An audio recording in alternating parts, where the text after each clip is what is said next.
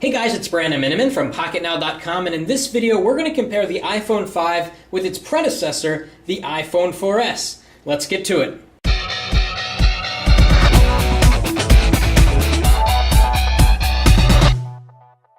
Okay, so lots to talk about here, and we're going to start with hardware. We're going to talk about specs, screen, speed of the device, how fast they are browsing the web, and also battery life. So let's talk about hardware first. As you can see, the iPhone 5 is simply taller than the iPhone 4S. In fact, if we stack them side to side and give you kind of a bottom view, you can see that they're exactly the same in terms of the width. Down here on the bottom, you can see that the old iPhone had a speaker here and a microphone here. On the iPhone 5, you get speaker here and the microphone here. Now, one thing I wondered was whether this speaker is louder than on the iPhone 4S, and I can say that it's slightly louder, but not by very much. You can also see that on the iPhone 5, the headphone port is now on the bottom. Very different backs on these two. We've got a glass panel here on the iPhone 4S, which, as a lot of people know that have the iPhone 4 and 4S, shatters quite easily. And finally they added sort of a metal aluminum backing, which does a great job at deterring fingerprints. It looks nice, but you still have glass here and here, and I can't help but wondering what happens if you drop the phone and these parts shatter. They're probably very difficult to swap out. Whereas on the iPhone 4S, a shattered back meant that you just took out these screws, slid in another cover, and you were good to go. Something else I want to point out back here is that the iPhone 5 has a sapphire crystal lens cover. What does that mean? Well, it means that it's much more difficult, if not impossible, to scratch the lens, which is very important. Not too long ago, I cracked the back here and I had to get a replacement. And when I swapped the old back, which included a glass lens cover, with the new back, the quality of my photos improved because, as I then discovered, my lens was scratched. And so that's a big problem. If you scratch your lens 6 months into owning an iPhone, your pictures are going to come out worse. So Apple got smart and they put a much harder material here on the lens cover. We also have a microphone here which will help with audio coming from the back of the phone and make HD video a lot better. We've got the same resolution camera here, very similar camera system, but we've got some new software and some small tweaks to the iPhone 5 cameras to hopefully help in low light performance. And we're going to have comparisons on photo and video quality in the final review on PocketNow.com. Going over to the side here, we can see that the iPhone 5 is essentially how thick the iPhone 4S would be if you remove the top and the bottom glass panels and you just had the metal band. It's essentially just a metal band. And Apple polished the edge of it to give it a really nice look. And as you can see here, the micro SIM slot has gone to a nano SIM slot, and you can actually cut a micro SIM to a nano SIM shape in case you're wondering if you're on a prepaid plan or if you're getting an unlocked iPhone and you want to use your existing SIM card. You can do that if you just cut your micro SIM to a regular SIM. Up on the top, not much has changed here except there's no microphone here. There's a microphone somewhere else, and there's no 3.5mm headphone jack. Over on the side, again, not much has changed. On the iPhone 5, this is really a minor detail. The silent toggle switch has moved up about 1 millimeter, just to kind of stretch out a little bit. And beyond that, we still have the bands, although these bands are now color specific to whether you have the black phone or the white phone. Obviously they're white because this is the white iPhone 5. Now let's talk about specs with both of these. We've got a dual-core 800 megahertz or so processor on the Apple iPhone 4S, and on the Apple iPhone 5 we've got a 1 gigahertz dual-core processor with a smaller manufacturing process, which means that it should be more power efficient, and definitely it is smaller. And that's very important because Apple fit a lot of radios into this really small form factor, which actually feels, it's really hard to describe, it actually feels smaller than the iPhone 4S, even though it's taller.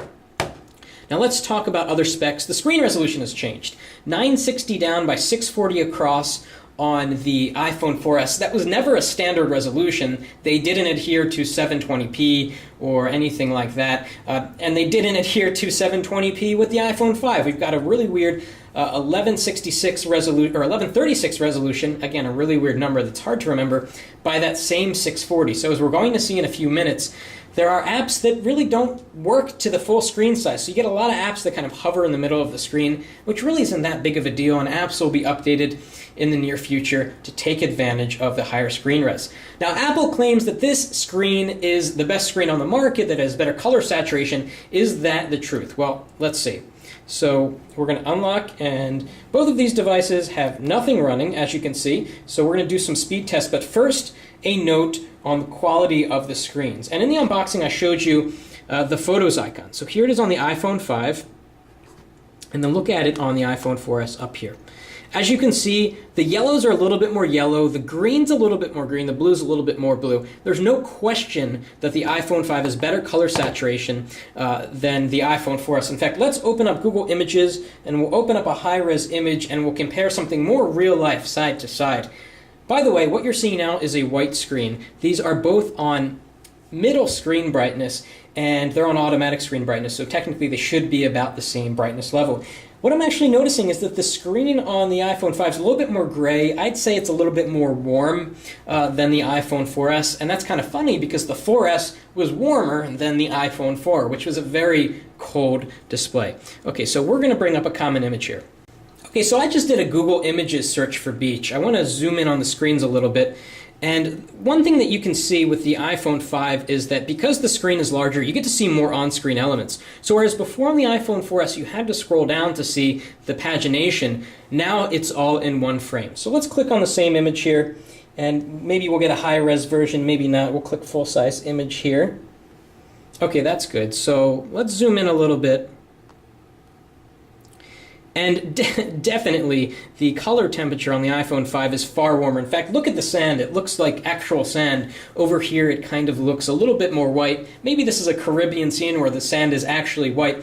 But it just seems like the color saturation is better. The sky here is kind of a turquoise-ish blue. Here it's more of a deep blue. And let's go back and click on a different image.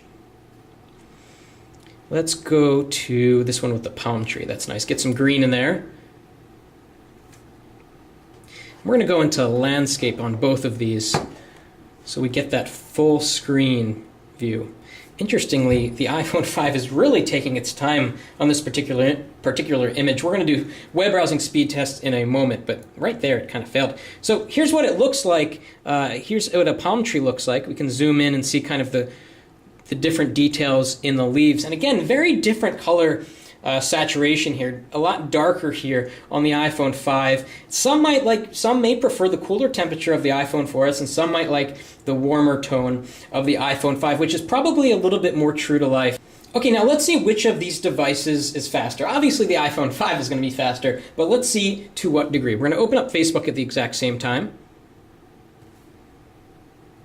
which actually was faster on the 4S, which has been optimized, by the way, to fill the entire screen, unlike some of the other apps that you're going to see. Now, Apple has encouraged developers to take advantage of the taller screen by adding more stuff instead of just by making the screen longer. As you can see, Facebook didn't follow that, and they just sort of made the screen longer, which I guess works well in an app like that. Let's jump back to the home screen.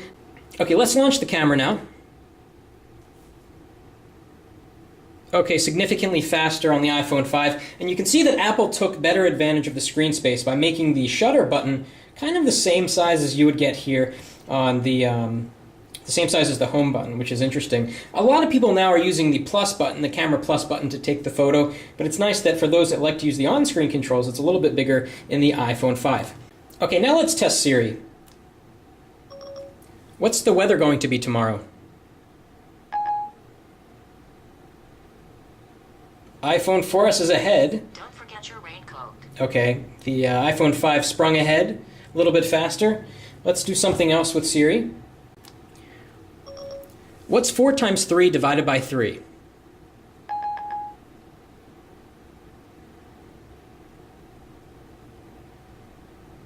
This might answer your question. Okay, so the iPhone 5 coming out slightly ahead, although interestingly the iPhone 4S converted it faster, but the 5 answered the question just a little bit faster. So let's continue opening up stuff. So we're going to open up settings here. A little bit faster on the 5, but really barely. Let's open up a third-party app, New York Times app. We'll open up Newsstand. And by the way, folders. Open up slightly faster on the iPhone 5, but they still haven't changed that, and that's kind of unfortunate. And Android folders open just so fast, it's awesome. in iOS, it's always been that little slowness. So we're going to tap on New York Times here, have it open. This has been optimized for the full screen size. This opened a lot quicker than the iPhone 4S. Okay, let's open speedtest.net. It's another third-party app. Hasn't been updated for the taller display, as you're going to see in a sec. Well, identical. And as you can see, this is what happens in the iPhone 5 when it's not optimized. You get black bars. It's not that big of a deal. Some people say you should get the black iPhone because it's less apparent. I don't really notice the difference. I kind of wish that Apple had brought this to the bottom, though, so it's closer to the bottom of the phone, so when you're typing, it's more comfortable. Now let's do a Wi-Fi test. Over the same exact Wi-Fi network, we'll be kind of competing with each other. Okay, faster ping on the 4S, faster download on the 4S, faster upload on the 5. So that was interesting. Really inconclusive there. And finally, let's open another third-party app. Let's just open the Apple Store.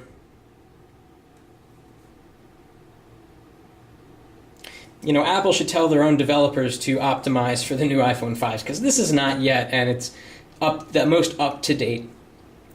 Okay, now let's do the all-important web browsing speed test. We'll launch Safari, see which opens faster. About the same there. We're going to go into Favorites. Favorites opened about the same. We're going to go to Pocket Now. And iPhone 5 got there a little bit faster, not by much. Scroll to the bottom, go to the desktop site here. Something a little bit more intense, if I can get it at the same time. Oops, it's not so easy.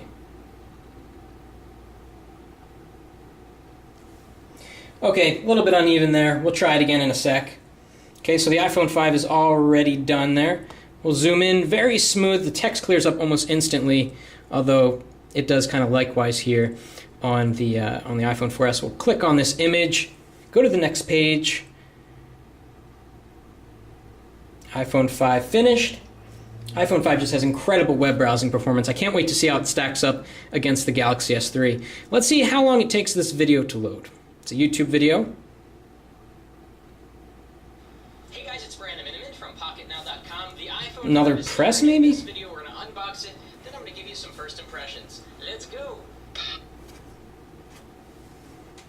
Okay, let's go to another website now. Let's go to The Verge. And here's another example of where the iPhone 5's taller screen is great. You can see a lot more of your favorites. Okay, let's go to The Verge. A little bit faster out of the gate there with the iPhone 5. Okay, let's move down the page. Let's load their desktop site. Very image heavy. Okay, they're off at the exact same time. The iPhone 5 won. The iPhone 5 outperforms the iPhone 4S in web browsing. There's no question about it. Kind of move around on the page. Let's just click one more link for good measure. Then we'll jump into a little bit of gaming. Okay, iPhone 5, and it's oddly loading a video. Okay, that's great. Oh, there we go.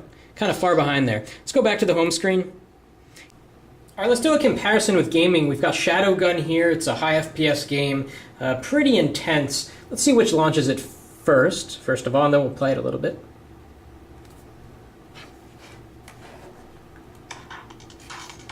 Okay, iPhone 5's a little ahead. I don't want to deal with this Game Center stuff. Yes, sign out. And as you can see, Shadowgun has not been optimized for the higher res display. So we're going to play it just as if it were an iPhone 4S, which I guess was good because it's keeping the playing field a little bit more equal here. So we're going to hit play at the same time. That was exactly the same, and Shadowgun original game. Keep it easy. Alright, iPhone 5 slightly ahead there, but barely. Loading. Let's see if we can tell the difference in graphics.